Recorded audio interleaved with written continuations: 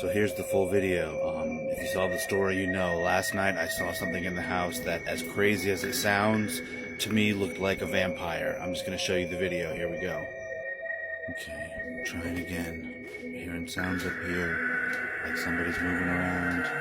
This stuff's been happening, but as soon as I pull my phone out, everything stops. I don't know. I don't know. I swear I heard somebody up here. Holy shit, I don't know what happened.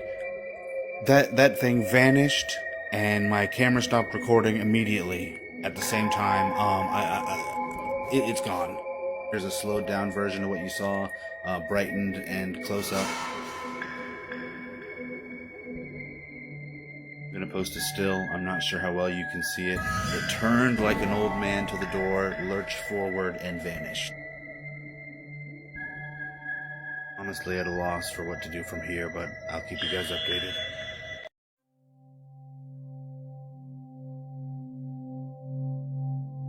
Getting a ton of questions on this video. I'm going to try to go and answer the most frequent ones that I'm getting.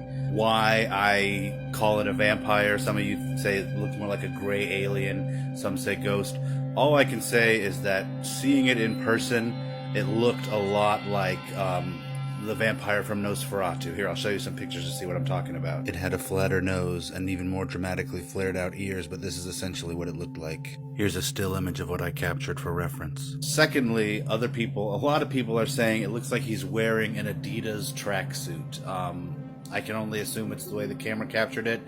Looking at it with the naked eye, it actually looked like he was wearing like an 18th century style nice coat, like this one pictured. I didn't get a great look, but remember thinking it was similar to a pirate. Others are asking why a vampire would be interested in my house. I can tell you to follow my content and you'll see, but here's a quick little rundown. This is one of the many things I found in the trunk under my ancestral home. My ancestors hunted various supernatural creatures, including vampires, and held this strange medallion in a box for containing dark items. And finally, people are saying, how can I sleep in this house? Well, I have means of trying to keep us safe that I'm going into, and I'll show you that now. This is a very special cross that has been in my family for generations. It's supposedly the cross of Roland, if you're familiar with the Song of Roland. I've been leaving it here at the door. I put it there last night and nothing happened.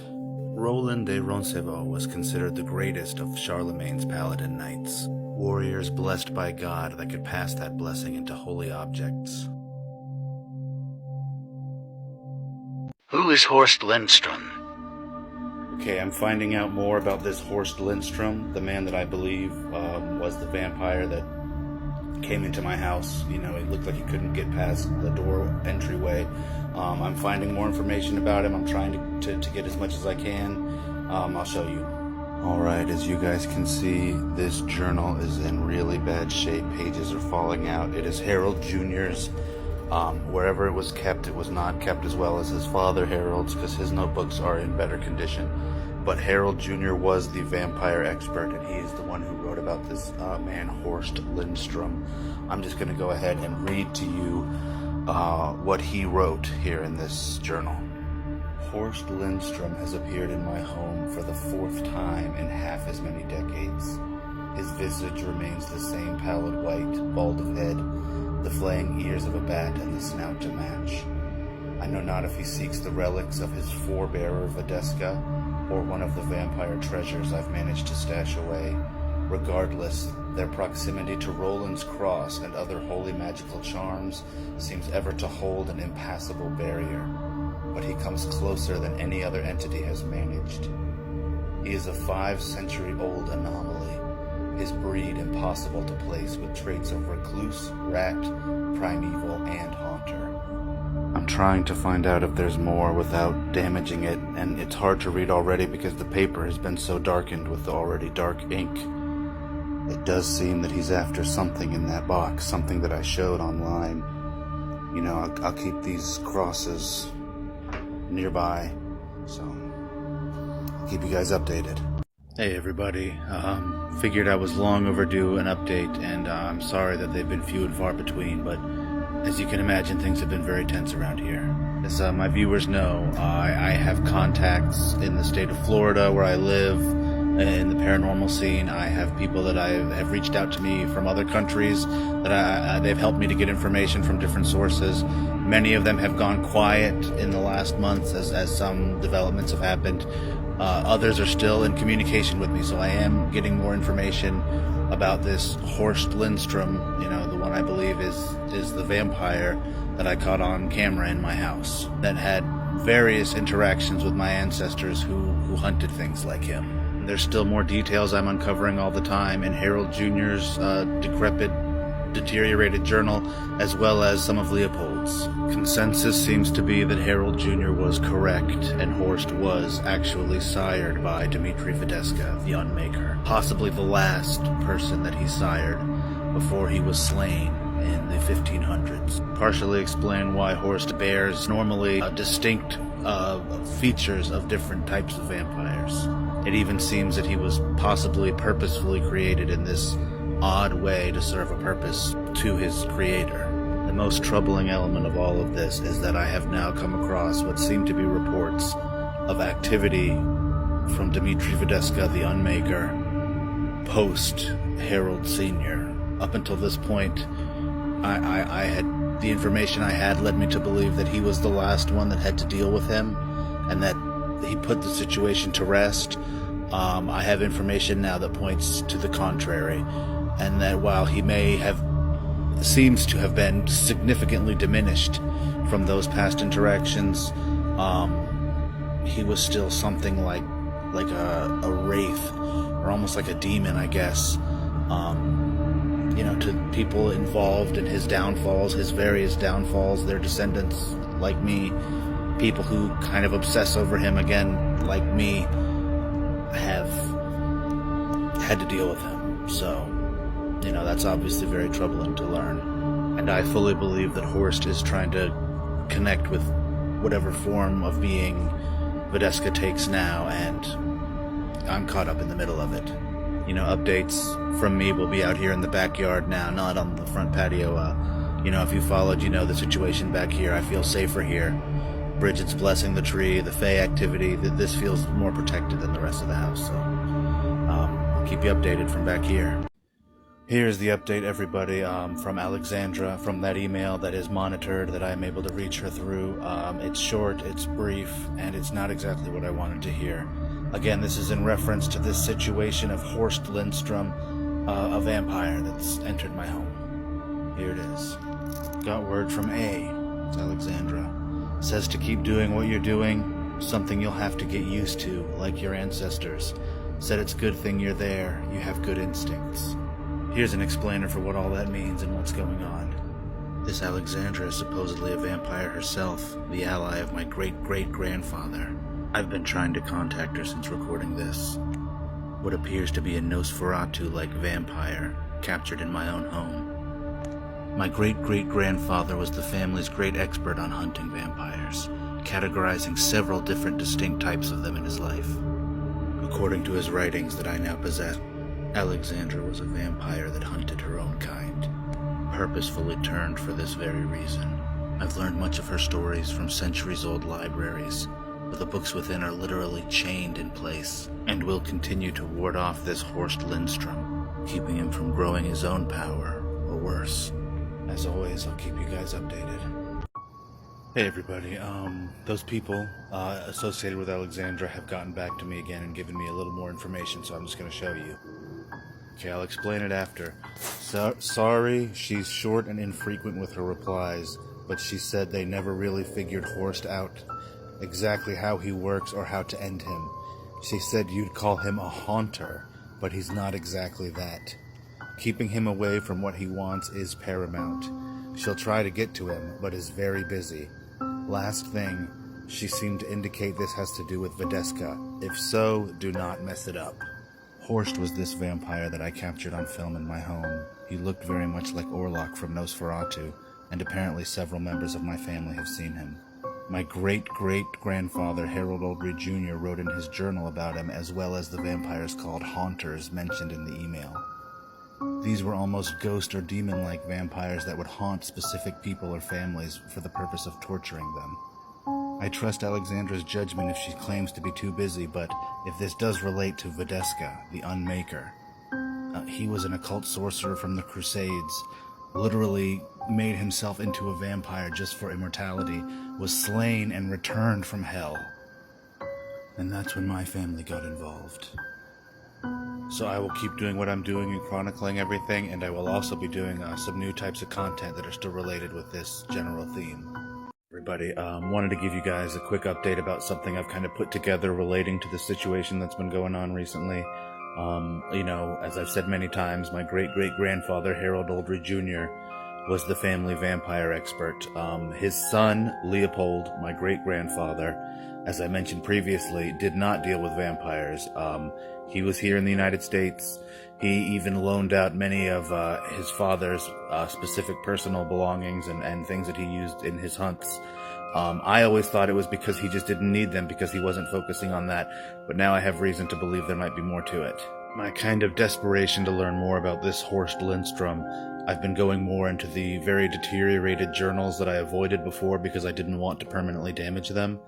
And I've learned more about the relationship between Harold Jr. and his son Leopold, and it was very strained to say the least. This is the primary reason that Leopold did not want to work in this family business when he was younger. If you recall, he wanted to be a writer. That's why he loaned out these items, why he steered clear of vampires, you know, the association with his father's work. But it gets even more complicated than that. Harold Jr. was super obsessive about his work, which, you know, you can kind of understand, but as the child of that person, it was apparently very difficult for Leopold, and, you know, he didn't get the attention or a lot of the lessons that he should have gotten in his life, and it caused a very tremendous strain between them that was never resolved in Harold Jr.'s lifetime. And what makes this even more tragic is that this obsession Harold Jr. had almost certainly comes from the relation with Dimitri Vadesca. If you recall, his father, Harold Sr., was lost in combat with Dimitri Vadesca, and Harold Jr. never knew him. He died well before he was born. Obviously, given the family's continued work, he would have had a large impression, you know, cast a large shadow over his life. And, you know, he wanted to solve this and not have the same thing happen with him or his son. And it led to the breakdown in the relationship that was never resolved. So I just wanted to share that with you guys. You know, it's pretty sad, but I understand it from both sides, so there you go. Vampire situation update. Okay, everyone, couple of very interesting updates, some good, some bad. I have heard back again from that email address, the people associated with Alexandra. You know, that they asked that I stop showing the screenshots. I guess metadata, you can do stuff, I don't know. But they did say I could talk about it, and that's okay. So I mentioned to them, and I'm mentioning to you guys now, I do believe that I have experienced something with this Horst Lindstrom again. Nothing I caught on camera, nothing that I'm very sure of, just kind of, you know, sounds and things out of the corner of my eye when I'm at certain parts of the house, so areas to stick away from. But they did say, these people, that they're sending me something to help. They said it's an album of some kind. They wouldn't get more specific other than they answered that it is not just like a Oldry family photo album. So they said it'll be here within the next few weeks. They think it can help. I'm hopeful. For those wondering how I'm feeling it all safe right now, I've done a couple videos on it. You can go and see that. And for those of you who are unfamiliar with the situation, or maybe you haven't seen my videos, here's a little refresher on what's going on. I've recently captured this footage of what looks like Nosferatu in my home. It lines up with the description my ancestors wrote of a vampire enemy named Horst Lindstrom. They hunted vampires and other monsters for generations. Alexandra was an ally of theirs, a vampire herself, who still lives and hunts her own kind. Hey everybody, I wanted to address comments like this, you know, nothing against this person or anybody who posts stuff like this, but anytime I talk about my ancestors' writings about vampires, or post a video of what I believe was a vampire in my home, I get comments like this, saying, oh, I want to be a vampire, oh, you should have had him bite you, or send him my way so I can become a vampire. And I get the sentiment, you know, I know in our modern conception, in modern media, vampires are basically just like gothic superheroes, but that is not what I'm talking about on this channel. You know, if you've been here for a while for this ride, if you follow me, you know you're probably a believer. If not, I'm talking about real vampires. My ancestors dealt with them. They worked with people who helped them deal with them. And take everything you know about the worst narcissist, the worst drug addiction, and just the most psychopathic, uncaring about the well-being or rights or even life of others. And that's what I'm talking about here. Something horrific, abusive, that violates on a level that is almost unparalleled. It is not some happy, gothic, fun, spooky thing. To these things, humans are just a prey species. You know, we're not registering as almost even living beings. Take the worst elements of the worst psychopathic, narcissistic people, cross it with the worst elements of nature's predators, lions, tigers, whatever.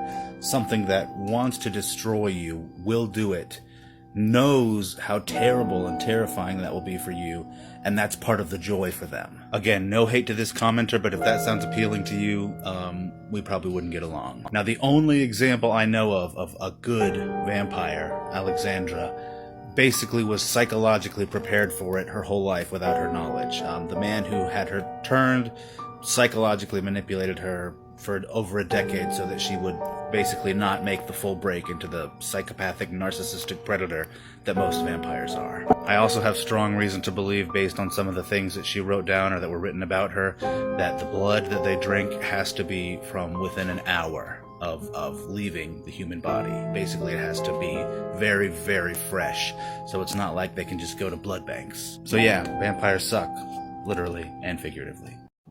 So I found these two medals buried like in the back of a drawer near the front of the house. They're pretty interesting. This, trying to get a good... so you guys can maybe look at this. I have no idea what it is. I don't know if maybe somebody on here might know. Maybe can read some of whatever these things say. That one is very interesting. This is simpler. It's the same on both sides. And it reminds me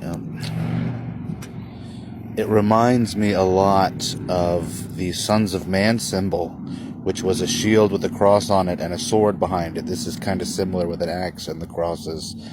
So, you guys know what the stuff I found here. This is pretty interesting. If any of you guys know anything about either of these, please let me know. Mystery Medallion Answers. Hey everybody, here to thank you once again. I posted those medallions yesterday in that video. I was not sure what they were. I thought maybe some of you guys might know. I got some great definitive answers on one of them, another one pointing me in the right direction, but still some searching to do. I wanted to show those and give the information I got. I also want to mention, a lot of you pointed out that there are what seem to be EVPs in my last video. I've isolated them and I'll show them to you guys now so you can get a better listen. And then I also just want to note that I am still waiting for this album from Alexandra and her people that is supposed to help with, the vampire situation going on here at the house.